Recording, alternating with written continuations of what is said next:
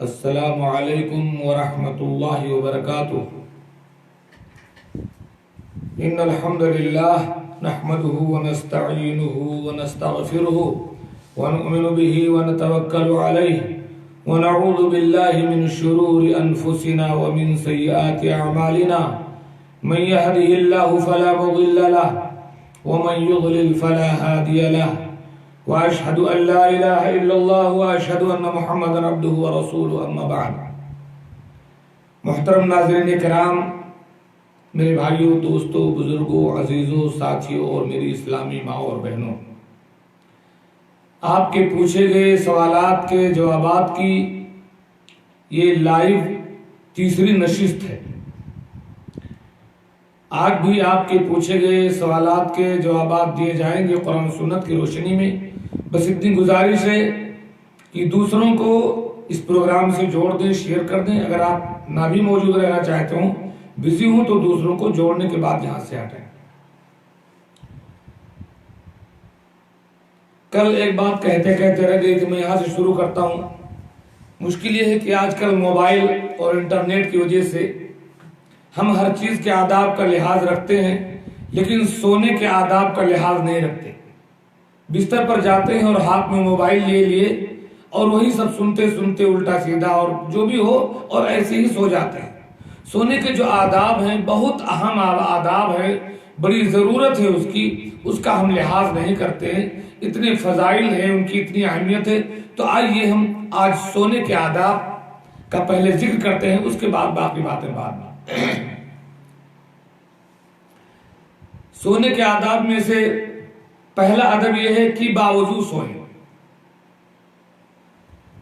Number 2، دائیں کروٹ سوئیں۔ دلیل سماعت فرمائیں۔ حضرت برا ابن عازب رضی اللہ تعالیٰ عنہ بیان کرتے ہیں، شیخ عبدالسلام صاحب ماشاءاللہ، قال لی رسول اللہ صلی اللہ علیہ وسلم، کہ اللہ کے رسول صلی اللہ علیہ وسلم نے مجھ سے فرمایا، اذا اتیت مضجعک، جب تم اپنے بستر پر آؤ سونے کے لیے، فتوضأ وضوءک للصلاۃ، تو ایسے ہی وضو کرو جیسے نماز کے لیے وضو کرتے ہو، سنت ہے۔ ثم استجع علی شقک الایمن، رواہ البخاری، اور پھر جب سونا ہو تو دائیں کروٹ سو۔ آدمی پوری رات دائیں کروٹ نہیں سو پائے گا، لیکن دائیں کروٹ آدمی شروع میں سوئے تاکہ سنت ادا ہو۔ تیسرا ادب یہ ہے کہ اگر کسی کو تہجد نہ پڑھنی ہو تو جہاں تک ممکن ہو وہ وتر کی نماز سونے سے قبل ادا کرے۔ جس کو تہجد پڑھنی ہو تو تہجد کو پڑھے گا، لیکن جہاں تک ممکن ہو جسے تہجد نہ پڑھنی ہو وہ وتر کی نماز سونے سے پہلے پڑھے۔ عن ابی ہریرہ رضی اللہ تعالی عنہ قال اوصانی خلیلی صلی اللہ علیہ وسلم بثلاث، حضرت ابو ہریرہ کہتے ہیں کہ مجھے میرے خلیل نے 3 باتوں کی وصیت کی۔ خلیل یعنی اللہ کے رسول صلی اللہ علیہ وسلم۔ صیام 3 ایام من کل شہر، ہر مہینے 3 دن کے روزے یعنی ایام 20 کے روزے رکھوں میں۔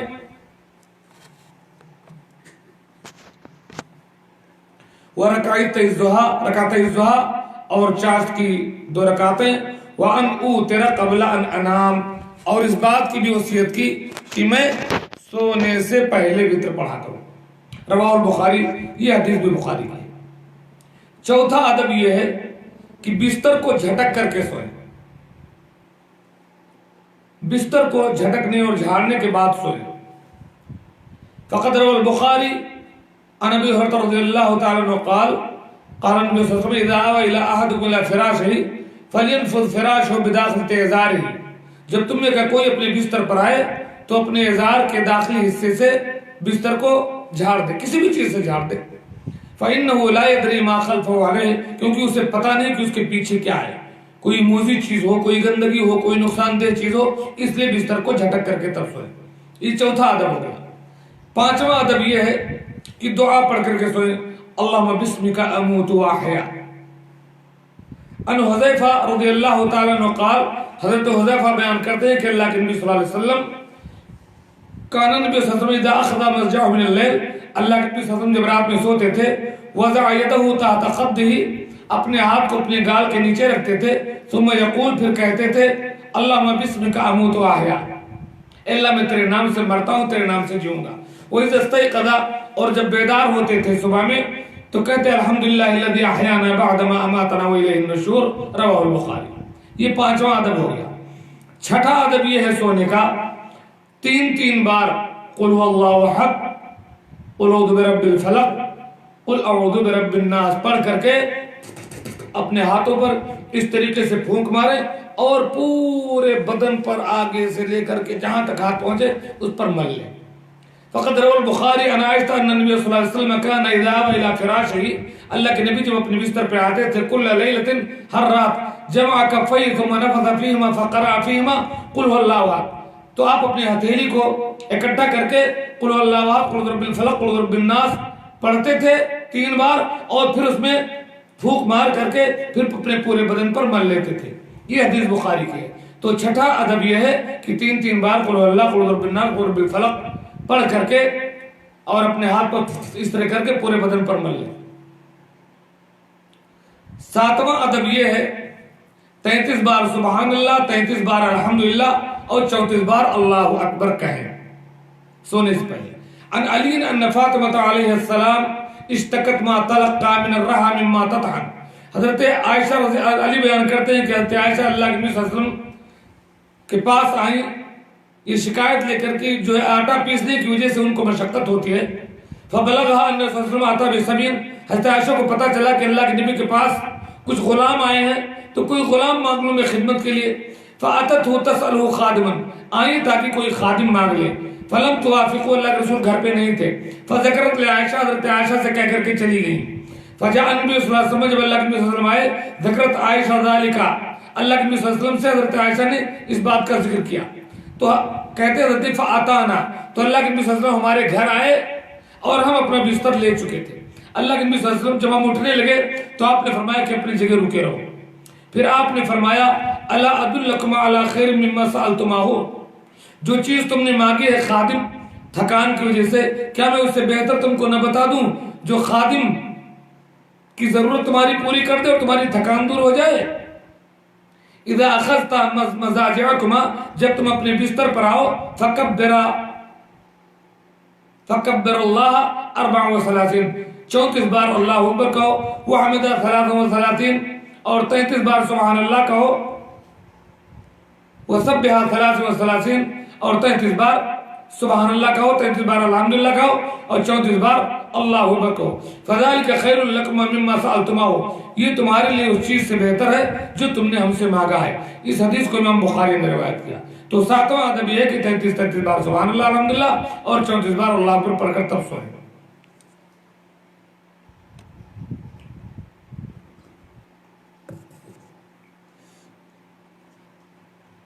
8واں ادب یہ ہے کہ رات کے وقت جب سوئیں تو سورہ بقرہ کی آخری آیات پڑھ کر کے سوئیں، آخری 2 آیات، آمن الرسول ولا یکلف اللہ نفسا۔ عن ابی مسعود البدری رضی اللہ تعالی عنہ قال قال رسول اللہ صلی اللہ علیہ وسلم الآیتان من آخر سورۃ البقرہ، سورہ بقرہ کی آخری 2 آیات، من قرأہما، جو ان دونوں کو پڑھ لے فی لیلۃ، رات میں، کفتاؤ، تو اس کے لیے کافی ہو جائیں گے، قرآن پڑھنے کے لیے کافی ہو جائیں گی، تہجد کے لیے کافی ہو جائیں گی، اللہ تبارک و تعالیٰ کی طرف سے ہر چیز کے لیے کافی ہو جائیں گی اس کے لیے دین و دنیا میں۔ 9واں ادب یہ ہے کہ سونے سے پہلے آیت الکرسی پڑھے۔ بخاری شریف کی حدیث ہے کہ جو بندہ آیت الکرسی سونے سے پہلے پڑھ لیتا ہے، اللہ تبارک و تعالیٰ کی طرف سے اس کے پاس ایک نگران مقرر ہوتا ہے پوری رات، جب تک صبح نہیں ہو جاتی ہے کوئی شیطان اس کے قریب نہیں آتا ہے۔ 10واں ادب یہ ہے کہ سونے سے پہلے سورہ سجدہ اور سورہ ملک کی تلاوت کر لے۔ عن جابر قال کان النبی صلی اللہ علیہ وسلم لا ينام حتى يقرأ بتنزيل السجدہ وبتبارک، رواہ الترمذی والبخاری فی الادب المفرد وصححہ الالبانی۔ اللہ کے نبی صلی اللہ علیہ وسلم سورہ سجدہ اور سورہ تبارک پڑھنے سے پہلے نہیں سوتے تھے، ضرور پڑھا کرتے تھے۔ اس حدیث کو امام ترمذی نے اور امام بخاری نے ادب المفرد میں روایت کیا اور علامہ البانی نے اس کو صحیح کہا۔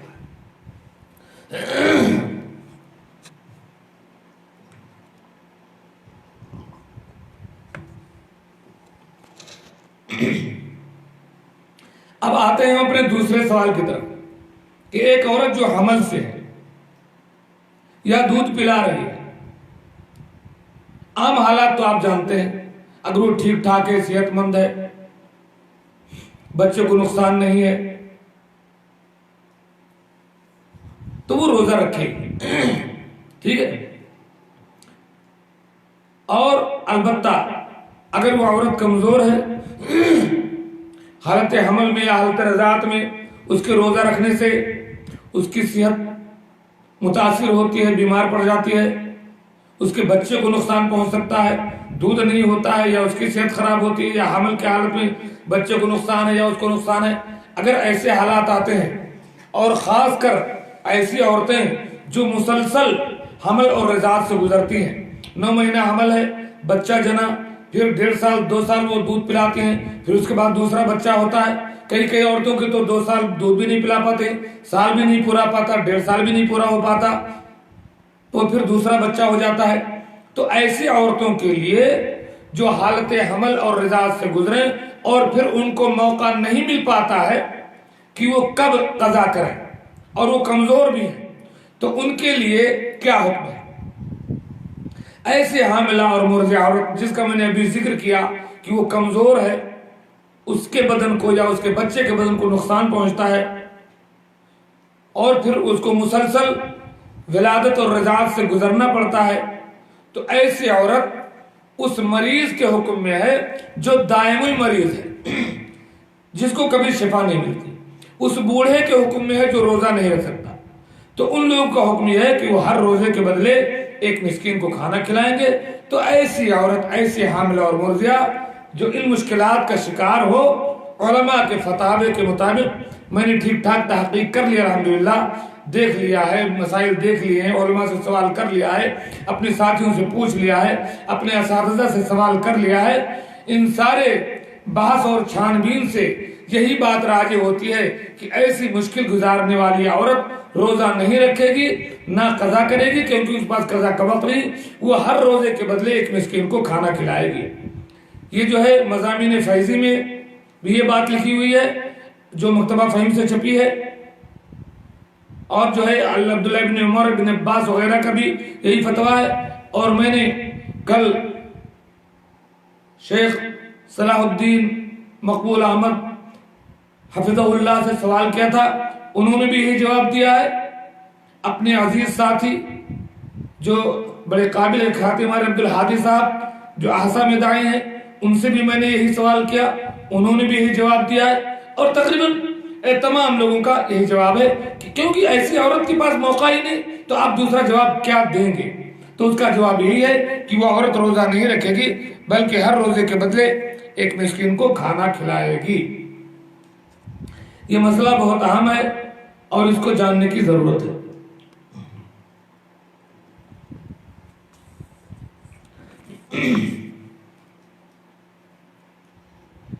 تیسرا سوال، 4 رکعت تراویح کے بعد تھوڑی سی، میں نے کل بتایا تھا، پھر بھی ہمارے ساتھی نے پوچھا، 4 رکعت تراویح کے بعد تھوڑی سی راحت کے لیے جو بیٹھتے ہیں اس کی ایک خاص دعا کہتے ہیں ہمارے ساتھی، وہ میں بھول گیا ہوں، آپ بتلا دیجئے۔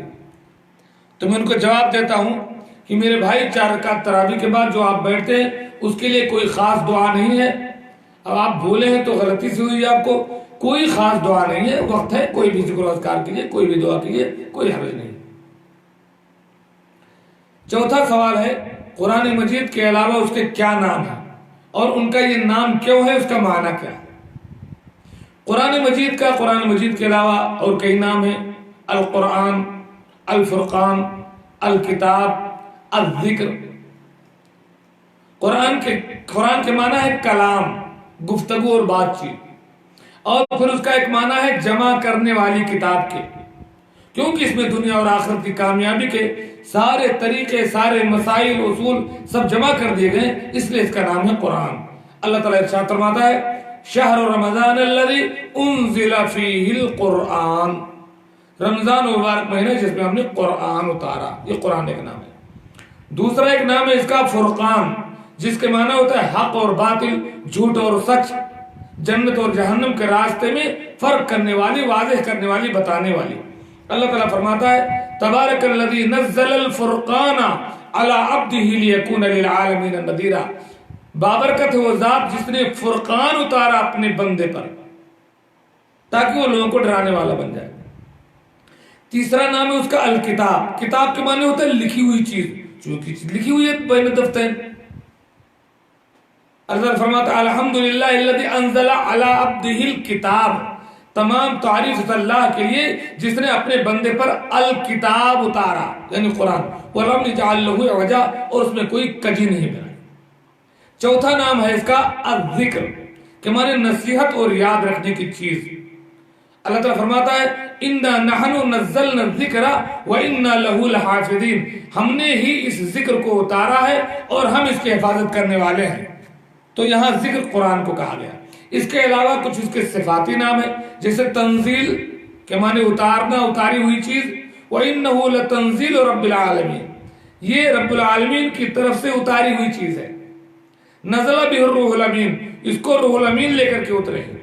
اس کا ایک صفاتی نام ہے نور، جس کے معنی روشنی، جو کہ ہماری زندگی کے لیے روشنی ہے۔ اللہ تعالیٰ فرماتا ہے والذین آمنوا بہ وعزروہ ونصروہ واتبعوا النور الذی انزل معہ، اور اتباع کی انہوں نے اس نور کی جو آپ پر اتارا گیا یعنی قرآن۔ اس کا ایک نام ہے شفا، ایک نام ہے رحمت۔ اللہ تعالیٰ کہتا ہے وَنُنَزِّلُ مِنَ الْقُرْآنِ مَا هُوَ شِفَاءٌ وَرَحْمَةٌ لِلْمُؤْمِنِينَ، اس کا ایک نام ہے ہدا، ہدایت، وہ بشرا اور بشارت اور خوشخبری۔ اللہ تعالیٰ فرماتا ہے تلک آیات القرآن و کتاب مبین ہدی و بشرا للمؤمنین، ہدایت اور بشارت مومنین کے لیے۔ تو ایسے بہت سارے صفاتی نام ہیں۔ پانچواں ایک سوال ہے، اس قرآن کا موضوع کیا ہے؟ قرآن کا موضوع انسان اور جن ہے، انہی کو ایک کامیاب زندگی گزارنے کا طریقہ اس کتاب میں بتایا گیا ہے، جس پر اللہ کے انعام ہے اور اس کو مخالفت پر عذاب ہے۔ چھٹا ایک سوال ہے کہ قرآن کریم کو بیک وقت کیوں نہیں اتارا گیا، اس کو 23 سال میں کیوں اتارا گیا؟ تو لوح محفوظ سے آسمان دنیا پر تو بیک وقت اتار دیا گیا رمضان میں لیلۃ القدر میں، لیکن وہاں سے دھیرے دھیرے اللہ کے رسول صلی اللہ علیہ وسلم پر اترا ہے۔ اس کی کئی حکمت ہیں۔ نمبر 1، تاکہ لوگوں کی اصلاح دھیرے دھیرے دھیرے دھیرے ہو۔ بیک وقت پورے اس پر عمل نہیں کر سکتا انسان، دھیرے دھیرے اصلاح کی جاتی ہے۔ دوسری بات یہ ہے کہ مشرکین کے تکالیف کے سامنے قرآن آیات دھیرے دھیرے اتار کر آپ کے دل کو مضبوط کیا جاتا تھا، آپ کو اطمینان دلایا جاتا تھا۔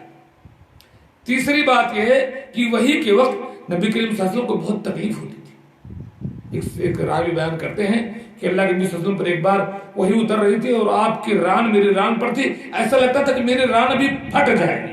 تو آپ کے اطمینان اور سکون کے لیے، آپ کے نرمی کے لیے بھی، کیونکہ آپ کے دل پر ہی اترا ہے، تو بڑی تکلیف ہوتی تھی آپ کو جب وہی اترتی تھی، بڑا بوجھ ہوتا تھا، سخت سردی میں آپ کو پسینہ چھوڑ جاتا تھا۔ تو آپ کے ساتھ نرمی کے لیے بھی یہ قرآن دھیرے دھیرے اتارا گیا، اور آسمانی احکام کے قانون کو دھیرے دھیرے حکمت کے ساتھ اس سرزمین پر نافذ کرنے کے لیے بھی اس قرآن کو تھوڑا تھوڑا کر کے 23 سال میں اتارا گیا۔ اس لیے بھی تھوڑا تھوڑا کر کے اتارا گیا تاکہ مسلمان اس کو تھوڑا تھوڑا آسانی سے سمجھے اور اس کو یاد کر لیں۔ اس لیے بھی تاکہ جو واقعات آ رہے ہیں ان واقعات کے مطابق اللہ تعالیٰ تنبیہ کرے، رہنمائی کرے، دھیرے دھیرے زندگی میں جیسے واقعات آئے مسلمانوں کے سامنے۔ اس لیے قرآن بتدریج اترا۔ اس کی ایک مثال ہم آپ کو دیں، قرآن کریم اگر ایک بیک اتر جاتا کہ شراب حرام ہے تو بہت مشکل ہو جاتی ہے عربوں کے لیے، یہ بہت پکے شرابی تھے لوگ۔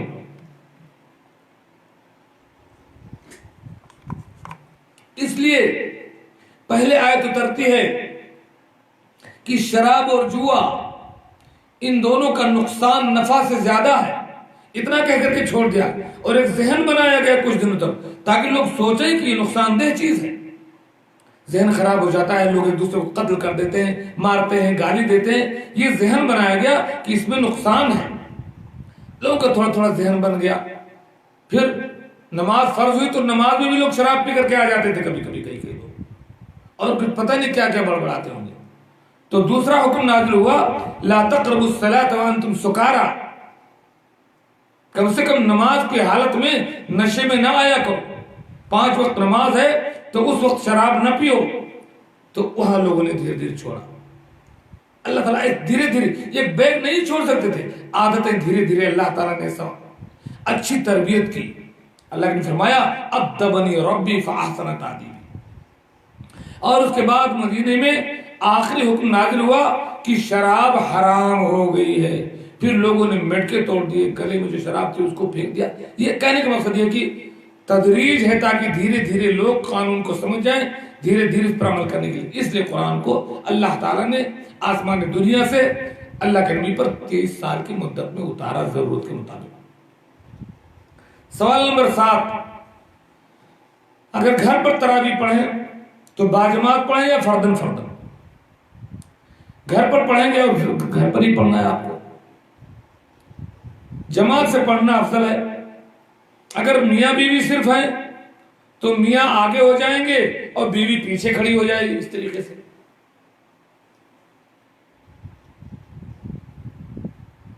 کئی لوگوں نے مجھے بتایا کہ وہ آج تک بیوی کے ساتھ کھڑے ہو کر پڑھتے ہیں۔ ایسے نماز نہیں ہوگی۔ کسی بھی عورت کے بغل میں آپ کی نماز نہیں ہوگی، بالغ عورت کے، چاہے وہ آپ کی بہن ہو، آپ کی بیٹی ہو، آپ کی بیوی ہو، آپ کی ماں ہو، کوئی بھی عورت بالغہ آپ کے بغل میں نہیں ہونا چاہیے۔ یہ غلط طریقہ ہے۔ تو میاں بیوی ہیں تو آگے پیچھے ہو کر کے پڑھیں گے، اور اگر کوئی بچہ بھی ساتھ میں ہے تو دو لوگ جو دو مرد ہیں وہ اس طریقے سے کھڑے ہوں گے، امام جو ہے بائیں ہوگا اور مقتدی دائیں ہوگا، اور عورت جو ہے پیچھے ہوگی۔ تو یہ سب نیٹ میں دیا ہوا ہے۔ اور تراویح کی نماز دو دو کر کے پڑھی جائے گی۔ اللہ کے رسول صلی اللہ علیہ وسلم کی سنت سے ثابت ہے کہ آپ رمضان یا غیر رمضان میں 11 یا 13 رکعت سے زیادہ نہیں پڑھتے تھے۔ البتہ آدمی دو دو رکعت کرتے، اگر زیادہ بھی پڑھنا چاہے تو علماء نے کہا کہ انشاءاللہ کوئی حرج کی بات نہیں ہے۔ 8واں سوال ہمارے ایک ساتھی نے کیا ہے کہ حضرت موسیٰ علیہ السلام کی ماں کے بارے میں ہے کہ فَأَوْحَيْنَا إِلَىٰ أُمِّ مُوسَىٰ، ہم نے موسیٰ کی ماں کو وحی کیا کہ اگر تم ڈرو تو جو ہے موسیٰ کو دریا میں ڈال دو، تابوت میں۔ تو موسیٰ کی ماں کے پاس وحی آتی تھی، تو وہ کیسی وحی تھی؟ کیا اب بھی اس طرح کی کوئی وحی آ سکتی ہے، اس پر آدمی عمل کر سکتا ہے؟ تو موسیٰ کی ماں کے پاس جو وحی آتی تھی وہ کوئی باقاعدہ حضرت وحی جو آئی تھی وہ جبریل کوئی لے کر کے نہیں آئی تھی، کوئی نبوت والی ہوئی تھی، نہیں، وحی سے مراد ایک اشارہ تھا۔ اللہ تعالیٰ نے ایک بات ان کو سجھا دی، ایک بات ان کے ڈال دی۔ مفسرین نے کہا فَقَذَفَ فِي قَلْبِهَا، اللہ تعالیٰ نے ایک بات ان کے ڈال میں ڈال دی، وَلَيْسَ بِوَحْيٍ نَبُوَّةٍ، یہ نبوت والی وحی نہیں تھی۔ اور ایسا اللہ تعالیٰ اپنے نیک بندوں کے ساتھ کرتا ہے اور اب بھی کر سکتا ہے۔ آپ کو کسی اچھی بات کی رہنمائی کر دے، دل میں آپ کے اللہ تعالیٰ ڈال دے کہ یہ کام کرو، آپ کی کسی مشکل میں رہنمائی کرے، ہو سکتا ہے، الہام ہو سکتا ہے۔ اور اسی لیے تو صلاۃ استخارہ جو اللہ کے رسول نے فرمایا کہ آپ کی مشکل میں نماز استخارہ پڑھیں، جب آپ پڑھتے ہیں اللہ تعالیٰ سے کہتے ہیں اللہ تعالیٰ جو اس میں میرے لیے کام بھلا اس کو میرے لیے آسان کر دے، تو اللہ تعالیٰ اس کو آپ کے لیے آسان کر دیتا ہے، آپ کے دل میں ڈال دیتا ہے، کبھی خواب بھی دکھا دیتا ہے، تو آپ وہ کام کرتے ہو۔ اب کوئی ایسا الہام بیان کرنا شروع کرے جو قرآن و سنت کے خلاف ہو تو ہم کہیں گے کہ شیطان نے الہام کیا ہے، اللہ تعالیٰ نے۔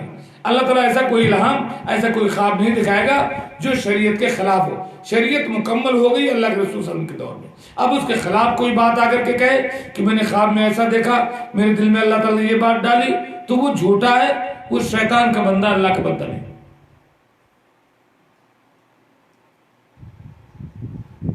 9واں سوال ہے، حیض و نفاس والی عورت کے لیے نماز معاف ہے تو کیا روزہ بھی معاف ہے؟ پتہ نہیں کیسے بہت سارے لوگ یہ بھی نہیں جانتے ہیں۔ اور میں آپ کو بتاؤں، ہمارے ایک بہت ملنے والے تھے، مجھ سے 20 سال سے سعودی عرب میں رہتے تھے، ملتے جلتے تھے، انہوں نے بھی ایک بار ہم سے سوال کیا تھا کہ حیض کے حالت میں عورت کے مسائل، یہ بہت آسان بات ہے۔ تو روزے کی قضا ہے لیکن نماز کی قضا نہیں۔ ان کو شک ہوگا کہ نماز کی قضا نہیں ہے تو روزے کی کیوں ہے قضا؟ تو بہرحال حضرت معاذہ رضی اللہ تعالیٰ بیان کرتی ہیں کہ میں نے حضرت عائشہ سے یہی سوال کیا تھا کہ ما بال الحائض تقضی الصوم ولا تقضی الصلاۃ، یہ کیا بات ہوئی کہ وہ نماز تو روزہ تو قضا کرتی ہے اور جو ہے نماز قضا نہیں کرے گی؟ فقالت احروری انتی، کیا تو خارجی ہے؟ اس نے کہا نہیں۔ کہا خارجی ہے، اسے الٹا سیدھا سوال کرتے ہیں زبردستی کا، جو چیز نہیں واجب اس کو کیوں واجب کرتے ہو؟ بولا کہ نہیں، اصل کہا خوارج میں سے نہیں ہوں، پر میں پوچھ رہی ہوں۔ حضرت عائشہ نے کہا تو سنو، کان یصیبنا ذالک، ہمیں حیض آتا تھا، فنؤمر بقضاء الصوم، ہمیں روزہ قضا کرنے کا حکم دیا جاتا تھا، ولا نؤمر بقضاء الصلاۃ، اور نماز کے قضا کا ہمیں حکم نہیں تھا. خلاص. رواہ مسلم، اس حدیث کو امام مسلم نے روایت کی. 10واں سوال ہے، اگر کسی کو پتہ نہیں کہ کس چیز سے وضو ٹوٹ جاتا ہے اور اس کا وضو ٹوٹ گیا اس چیز سے، اسے پتہ نہیں، نماز اس نے پڑھ لیا اور اس کو بعد میں یاد آیا تو نماز دہرائے کہ نہیں؟ پہلی بات اگر اسے پتہ ہی نہیں تھا کہ اس چیز سے ٹوٹ جاتا ہے تو انشاءاللہ اس کی نماز ہو گئی، کوئی حرج نہیں، اسے دہرانے کی ضرورت نہیں. لیکن اگر پتہ تھا کہ اس سے ٹوٹتا ہے اور وہ بھول گیا اور پھر بعد میں یاد آیا کہ ارے میری تو ہوا خارج ہوئی تھی یا فلاں کام میں نے کیا تھا، تو اس کو اپنی نماز دہرانی پڑے گی. 11واں سوال یہ ہے، آنکھ میں دوا ڈالنے سے روزہ ٹوٹتا ہے کہ نہیں؟ تو کان اور آنکھ دونوں میں دوا ڈالنے سے روزہ نہیں ٹوٹتا ہے، اور اس میں کوئی اختلاف نہیں انشاءاللہ. البتہ ناک کے راستے دوا ڈالنے کے بارے میں اختلاف ہے علماء کا. کئی علماء کا یہ کہنا ہے کہ اگر ناک کے راستے سے دوا ڈالے اور اندر چلا جائے تو روزہ ٹوٹ جائے گا، لیکن بہت سارے محققین، اور صحیح بات یہ ہے کہ اس سے روزہ نہیں ٹوٹے گا کیونکہ اتنی معمولی مقدار جاتی ہے جو معفو عنہ ہے، انشاءاللہ اس سے بھی روزہ نہیں ٹوٹے گا. 13واں سوال ہے، اگر کوئی عشاء کے بعد روزانہ وتر پڑھ لے جبکہ اسے تہجد بھی پڑھنا ہے، وہ تہجد بھی پڑھتا ہے لیکن ہر حال میں عشاء کے بعد وتر پڑھتا ہے، تو اس کا یہ طریقہ صحیح ہے کہ نہیں؟ جواب اس کا یہ ہے کہ اگر اس کو اٹھنے میں شبہ ہے تہجد کے لیے تو عشاء کے ساتھ ہی وتر پڑھ لے. اگر تہجد میں اٹھ گیا تو تہجد بھی پڑھ لے. لیکن اگر اسے یقینی ہے، وہ باقاعدہ اٹھتا ہے تہجد میں، تو اس کے لیے بہتر نہیں ہے پہلے پڑھنا، اس کو چاہیے کہ تہجد کے بعد جو ہے وتر پڑھے. 14واں سوال ہے، روزے کے حالت میں جھوٹ بول کر کے سامان بیچنا کیسا ہے؟ اس کا جواب یہ ہے کہ روزے کے حالت میں ایسے تو کبھی بھی جھوٹ نہیں بولنا چاہیے، یہ منافق کی نشانی ہے. اللہ تعالیٰ ایسے لوگوں کو ہدایت نہیں دے جھوٹوں کو، لیکن روزے کی حالت میں خاص کر بہت بڑا جرم ہے جھوٹ بولنا. اللہ کے رسول صلی اللہ علیہ وسلم نے فرمایا، من لم یدع قول الزور والعمل به والجہل فلیس للہ حاجہ یدع طعامہ وشرابہ. جو آدمی جھوٹ بولنا، جھوٹ پر عمل کرنا، جہالت کے کام نہ چھوڑے تو اللہ کو اس کی کوئی ضرورت نہیں ہے کہ وہ اپنا کھانا پینا چھوڑے. تو ایسا آدمی بہت بڑا گنہگار ہوگا اور روزے کی بہت ساری فضیلتوں سے وہ محروم ہو جائے گا. البتہ یہ نہیں کہا جا سکتا ہے کہ اس کا روزہ ٹوٹ جائے گا. اللہ تبارک تعالیٰ سے میں دعا کرتا ہوں کہ اللہ تبارک تعالیٰ ہمیں دین کے مسائل کو جاننے کی، سمجھنے کی اور اس پر عمل کرنے کی توفیق عطا فرمائے، اور اللہ تعالیٰ ماہ رمضان میں ہمیں زیادہ سے زیادہ نیکیاں کرنے کی، قرآن پڑھنے کی، توبہ استغفار کی توفیق دے. ساتھیوں سے گزارش ہے کہ سحری کے بعد اپنے کل جو ہے تمام بھائی سوال کریں، میرے واٹس ایپ پر سوال کریں. آپ کے سوال کرنے سے انشاءاللہ دوسروں کو جب جواب پہنچتا ہے تو بڑا علم حاصل ہوتا ہے، ہمیں بھی موقع مل جاتا ہے تحقیق کرنے کا. تو فَاسْأَلُوا أَهْلَ الذِّكْرِ إِن كُنتُمْ لَا تَعْلَمُونَ، جو نہ جانتے ہو وہ ضرور جاننے والوں سے پوچھو. اللہ تعالیٰ نے اس کی توفیق دے اور عمل کی بھی توفیق دے. آمین. وآخر دعوانا ان الحمد للہ رب العالمین. والسلام علیکم ورحمۃ اللہ وبرکاتہ.